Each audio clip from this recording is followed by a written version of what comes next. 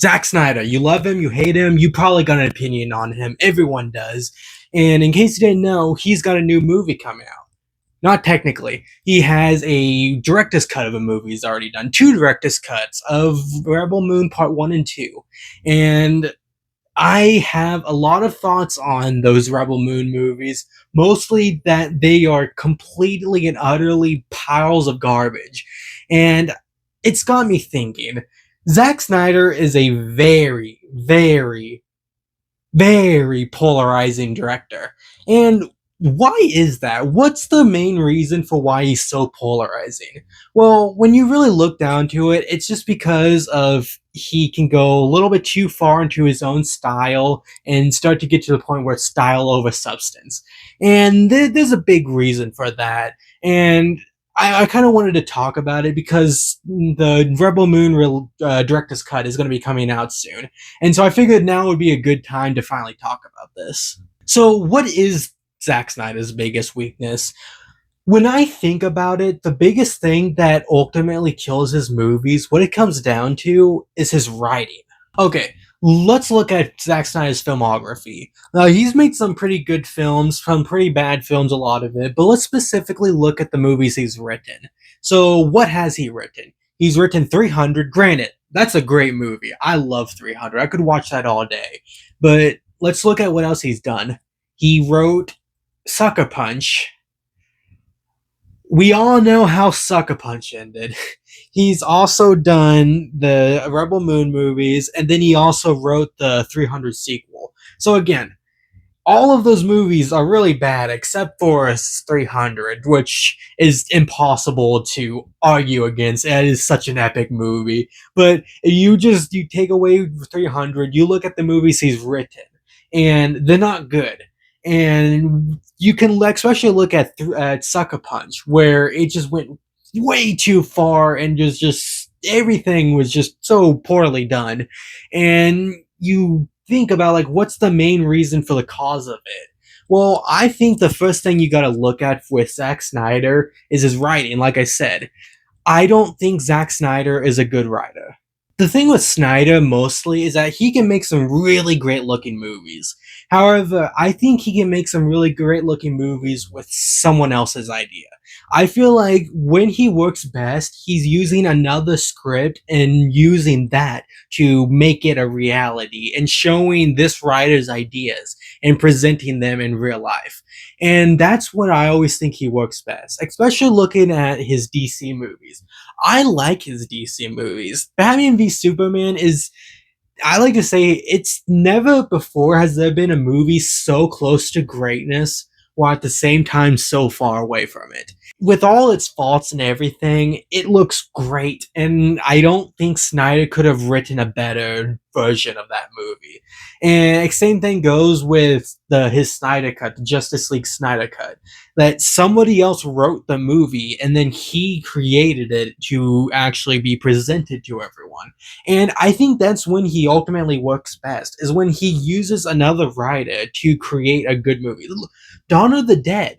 That was made by James Gunn. By the way, James Gunn and Zack Snyder was never a combo I thought could ever work and ever. But no, James Gunn wrote the script and then Zack Snyder directed it. There's no world where Zack Snyder could write a good script for Dawn of the Dead, but he can make a Dawn of the Dead script look good. But let's even look at the movies he has written. Let's look at Rebel Moon, for example. Let's focus on the first part. So when they're gathering up all the people. What ultimately kills him as a writer is he doesn't write interesting stories. He writes characters going from point A to point B, and that's how he forms his movie. It's just people going around, getting to the end, and having it look cool while they get to it. Because with all the complaints I've had about Rebel Moon, that movie looks amazing. Those two movies look absolutely insanely good.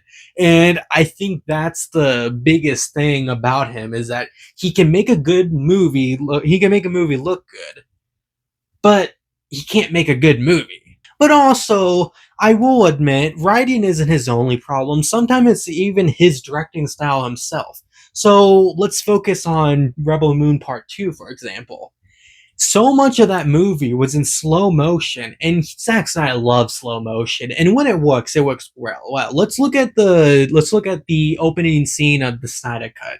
That was all in slow motion, and that was done perfectly. Probably one of my favorite openings for any superhero movie. But whenever you focus so much on the slow motion on farming, it it just becomes stupid and pointless. And then you just want to just get the movie done and over with. I wrote a review about part two, in that it was 30 minutes of story all told in 2 hours. And that's because everything was just so stretched out and they just made everything last way too long. Like even the first hour, nothing happened in that movie. It's insane to think that literally you can take a 2 hour movie, in the first hour of it there's zero story progression. There is nothing that happens in it. It's all just watching people farm. It's so insane that it actually got passed.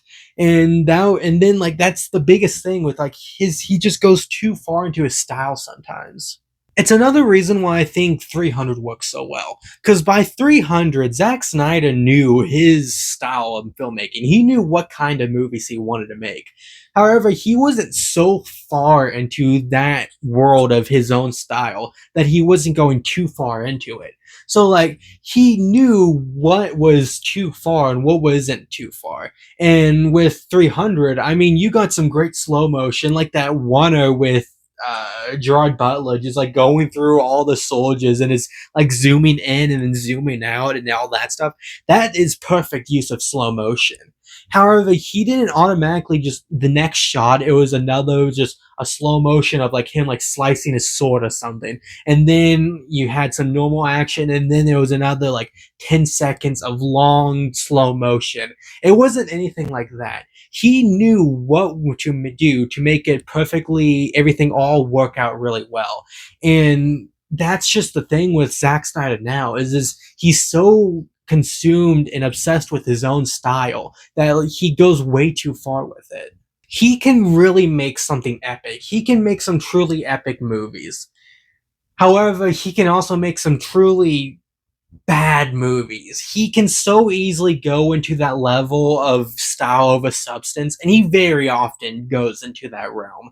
However, he can also do, and he has proved, that he can make some really epic movies with a lot of style while at the same time having a lot of substance in it. And that's the thing, that's the two mixes with it. Zack Snyder's directing is the style, and then the other writer's writing is the substance. And when those two things mix really well, they can work so well. They can work so perfectly. However, whenever he goes way too deep into his own style, it can oftentimes just become a disastrous outcome. And that's the main problem with it, is that whenever you don't have the one thing that has stopped him in the past from going too deep into his own style, then you don't have that element. Then there's nothing stopping him from just going way too far and just doing just horrible decisions with his movies. But I mean, I say this all like I don't like Snyder. I really enjoy his movies. Even in times when like he's going style over substance. This is still enjoyable enough, at least most of the time. They're enjoyable enough to where like I can have fun with it. And ultimately, if a movie can be fun and entertaining and enjoying, then I'm going to like the movie. I mean, that's just how it goes down to it. Is like he certainly made movies that aren't good, but I've still had a lot of fun with, and I still enjoyed it. And I just want to point out that I like Zack Snyder. It's just that he has his faults, and he can very easily go too deep into his own mind, especially looking into what his original idea for the Justice League, for the DCEU, the whole thing. In case you haven't ever read that whole outline of the DCEU, he had some good ideas, but just seeing the movies that he had in his head, they were not going to work because he's not good for storytelling. He's good for making interesting stories look cool. And that's just the ultimate thing that his downfall is. It's just his writing, his horrible writing, and then his just over obsession with his own style. But I mean, do you agree with me with everything that I said? I mean, comment down below your thoughts on the video, your thoughts on Zack Snyder, and I mean, do you like the Rebel Moon movies? I mean, if you do, good for you. I'm happy. I mean, I couldn't enjoy them, but if you like them, I mean, that's good for you.